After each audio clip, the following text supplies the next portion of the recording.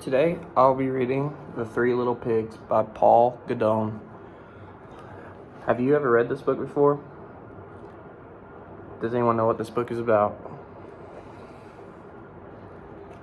Okay. The Three Little Pigs, Paul Godon.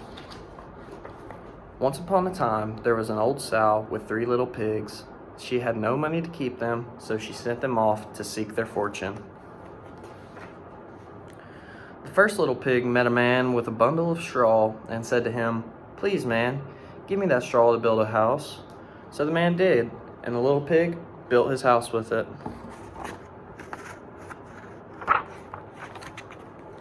Along came a wolf. He knocked at the door and said, little pig, let me come in." "No, no," said the little pig, "not by the hair of my chinny chin chin." "Then I'll huff, and I'll puff, and I'll blow your house in," said the wolf. So the wolf huffed, and he puffed, and he blew the house in. He ate up the first little pig. The second little pig met a man with a bundle of sticks and said, "Please, man, give me those sticks to build me a house." So the man did, and the little pig built his house with them. Then along came the wolf and said, little pig, let me come in." "No, no, not by the hair of my chinny chin chin."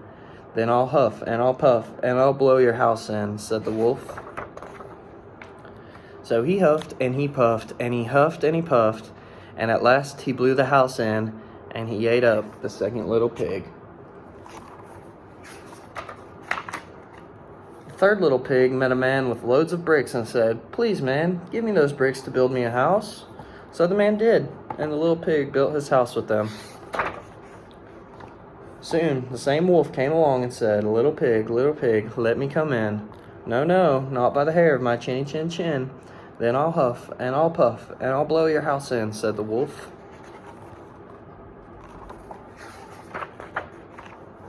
Well, he huffed, and he puffed, and he huffed, and he puffed, and he huffed, and he puffed, but he could not blow the house in.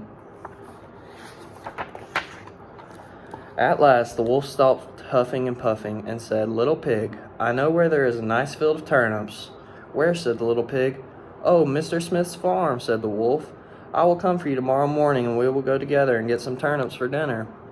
"Very well," said the little pig. "What time will you come?" "Oh, at 6 o'clock," said the wolf. Well, the little pig got up at 5. He went to Mr. Smith's farm, and he got the turnips before the wolf came to his house. "Little pig, are you ready?" asked the wolf. The little pig said, "Ready. I've been and come back again and got a nice pot full of turnips for my dinner." The wolf was very angry, but then he thought of another way to get the little pig. So he said, little pig, I know where there is a nice apple tree." "Where?" said the pig. "Down at Mary Garden," replied the wolf. "I will come for you at 5 o'clock tomorrow morning. We will get some apples." Well, the little pig got up the next morning at 4 o'clock and went off for the apples. He wanted to get back home before the wolf came, but it was a long way to Mary Garden, and then he had to climb the tree. Just as he was climbing back down with his basket full of apples, he saw the wolf coming. "Little pig," the wolf said, "you got here before me? Are the apples nice?" "Yes, very," said the little pig. "I will throw one down to you." And he threw an apple as far as he could throw. While the wolf ran to pick it up, the little pig jumped down and ran home. The next day, the wolf came again and said to the little pig, "Little pig, there is a fair at Shanklin this afternoon. Would you like to go?" "Oh, yes," said the little pig. "When will you come and get me?" "At 3, said the wolf. Well, the little pig went off at 2 o'clock and bought a butter churn at the fair. He was going home with it when he saw the wolf coming. The little pig jumped into the butter churn to hide. The churn fell over and rolled down the hill with the little pig in it. This frightened the wolf so much that he turned around and ran home. Does anyone know what a butter churn is? It is how people used to make butter. Later, the wolf went to the little pig's house and told him what happened. "A great round thing came rolling down the hill right at me," the wolf said. "Ha, I frightened you then," said the little pig. "I went to the fair and bought a butter churn. When I saw you, I got into it and rolled down the hill." The wolf was very angry indeed.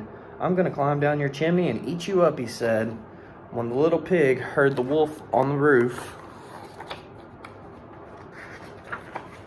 he hung a pot full of water in the fireplace. Then he built a blazing fire just as the wolf was coming down the chimney. The little pig took cover off the pot and fell in the wolf.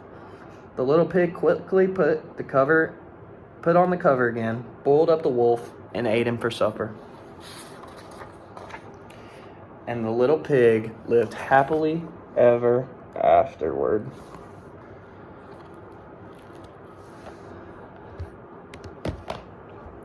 So, does anyone know, or can anyone tell me how the story could have been different if all the little pigs had taken the time to build a brick house?